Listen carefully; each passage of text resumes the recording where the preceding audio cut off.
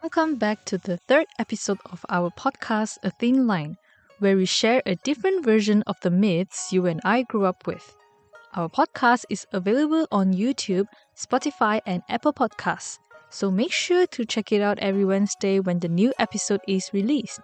You can also find bonus mythical content on our Instagram account at athinline.official. Today's episode is titled She Never Belonged Here, and it is again another retelling piece written by me. This retelling is taken from a Chinese myth, or more like a folklore, which I don't want to spoil you for now and let you guess as you're listening to it. Now, let's immerse ourselves in the local background. You are walking past the market street where you hear an auntie who tries to sell you some fruits telling you a story of someone. Eh, did you know there used to be two sisters living in front of my shop? They stayed there for quite some time. At first, I thought they were strange. Two young girls. No father, no mother, not a single man around. The elder sister, Pai, wow, very pretty. Soft voice, very polite. The younger one, Qing, very different. Always looking around, curious about everything. Even touched the fruits I was selling. Hiya, that one wild type. You know Uncle Xu's son, right? Xu Xian from Xu Yaohang, that Chinese medicine shop beside of the Toto place. He's a good boy, always volunteering. I heard he met Pai at a community event. Somehow, they fell in love. Ever since then, they've been so lovey-dovey, always sticking together like Yao Jia Kui, and eventually went to register their marriage. That's when the problem started. My nephew works at the National Registration Department. He said when they went to register, the system started beeping. Something's wrong with her identification. Then the application froze immediately. A few days later, a grey official car stopped outside their house. An officer came out, face stiff like iron. The whole street was watching, including me. The officer went in and brought Pai out. She was holding a file, her face so pale, like she might faint any time. Xu Xian followed behind, begging, "Please don't take her away." The officer turned and said, "Ade, she never belonged here. If you insist on keeping her, you'll face problems anytime." Xu Xian froze. He raised his hands, trying to grab her, but it stopped mid-air. Slowly, he lowered it. Pai looked back at him. Oh, her eyes. Just by recalling it made my chest tight. It's not hatred. It's just empty. Like a flame suddenly blown out. Then she got into the car and left. After that, Xu Xian fell sick for a few days. Then he went back to work like nothing happened. Never mentioned her again. We thought Qing would also be taken or run away.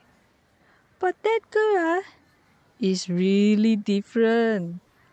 She didn't leave. Started going out more. dressing in bright, colorful clothes, mixing with those people who live near the borders, who speak different languages.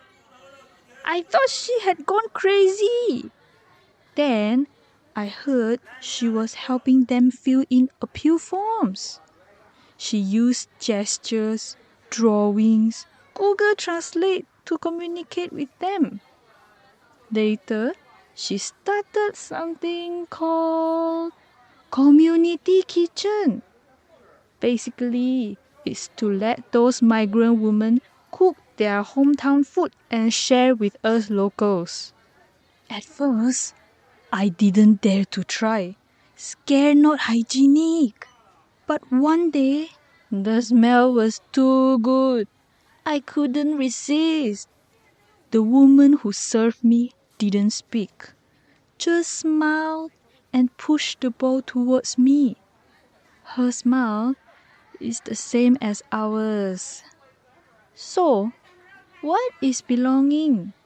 A green card? A marriage certificate?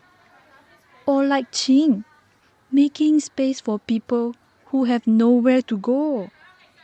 I still remember Bai sometimes. The way she used to come and buy soy sauce. Maybe it would be nice if she could stay.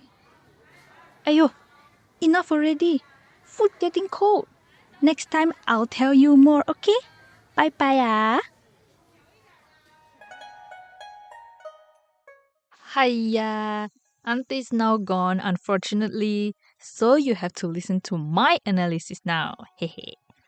Anyway, did you guess what the retelling was based on? Yes, it is one of China's 4 great folk tales, the legend of the White Snake, or the Snake Sisters. There are so many versions of this legend, but my retelling is actually highly inspired by the 1993 Hong Kong movie Green Snake, directed by Sui Hark and starring Maggie Cheung and Joey Wong. If you haven't seen it, go watch it. There is a famous concept explored in the film. Human hearts and desires are far more terrifying than demons and ghosts. This concept is the heartbeat of my retelling. It is not the snakes that are scary, it is the way the normal people react to them. Let's look at some background. Originally, the white snake, Bai Suzhen, was the only star. The green snake, Xiaoqing, was just a tiny supporting character. Sometimes she wasn't even there. But in recent years, retellings have started focusing on her point of view. Projects like the 1993 film or the recent White Snake prequel, Green Snake Animations, give Xiaoqing her own agency. In the classic myth, snakes are seen as evil.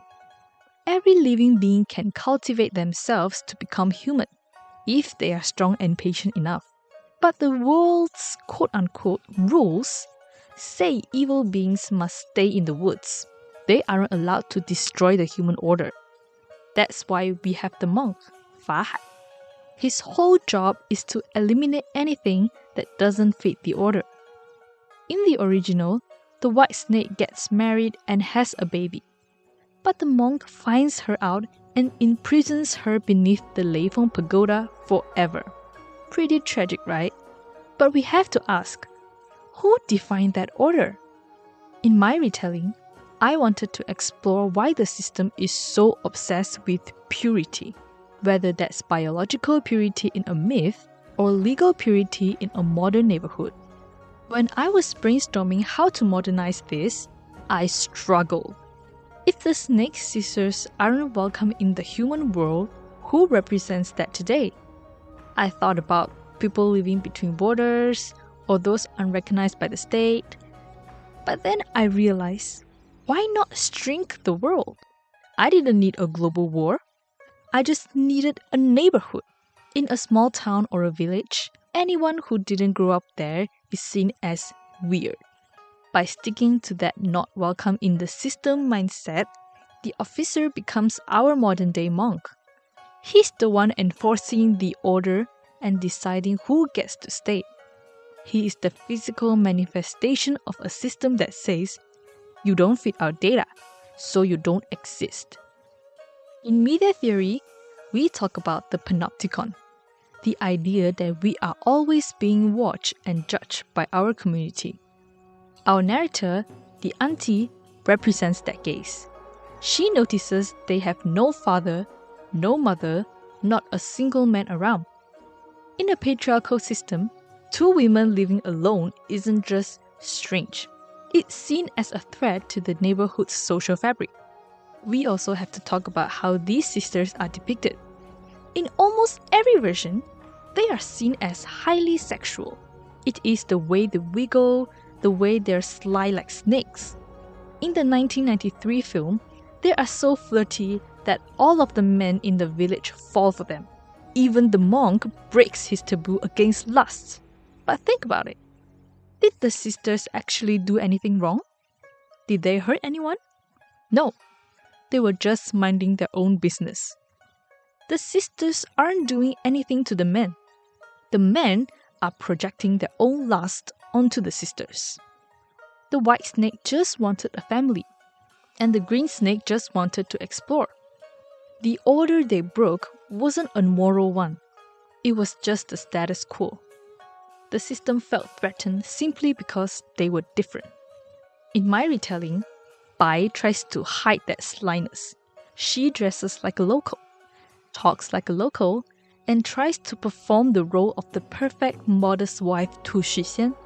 She's trying to assimilate, to desexualize herself just to be safe. But the system still finds a reason to other her.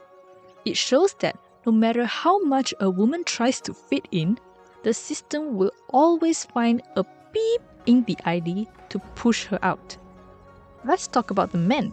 Xuxian, the scholar. Let's be real, he's a coward. In the original myths, the white snake is always the one sacrificing everything to save him. In my story, he represents the middle-of-the-road person. He loves her until it costs him something. The moment the officer mentions problems, he lowers his hand. He chooses his status over her life. Bai's tragedy is that she believed in the patriarchal bargain. She thought if she was the perfect, polite, married woman, she would be protected. But a marriage certificate is just a paper. It cannot protect you from a system that decides you never belong here. While Bai tried to fit in and was erased, Qing took a different path. She was busy making space. She didn't try to look like a local. She started hanging out with people even more outside than she was. This is the ultimate feminist act, creating a community where the law has failed. Her community kitchen is a direct challenge to the officer. If the system won't give you a home, you cook a bowl of soup and make one. The narrator auntie eventually tries the food. That is the aha moment. When she says the woman's smile is the same as ours, she's finally looking past the green card and seeing the human being. As media students, we have to ask, is it better to exhaust yourself trying to fit into a system that was never built for you, or is it better to be like Qing, to embrace being wild and make your own space where everyone belongs? Next time you see someone new in your neighborhood, remember the Snake Sisters. Are you going to be the stiff-faced officer, the cowardly scholar, or the one sharing a bowl of soup at the community kitchen? Anyway, that's enough for today. My food is definitely getting cold. Come in again next Wednesday and you'll listen to another story. Bye bye!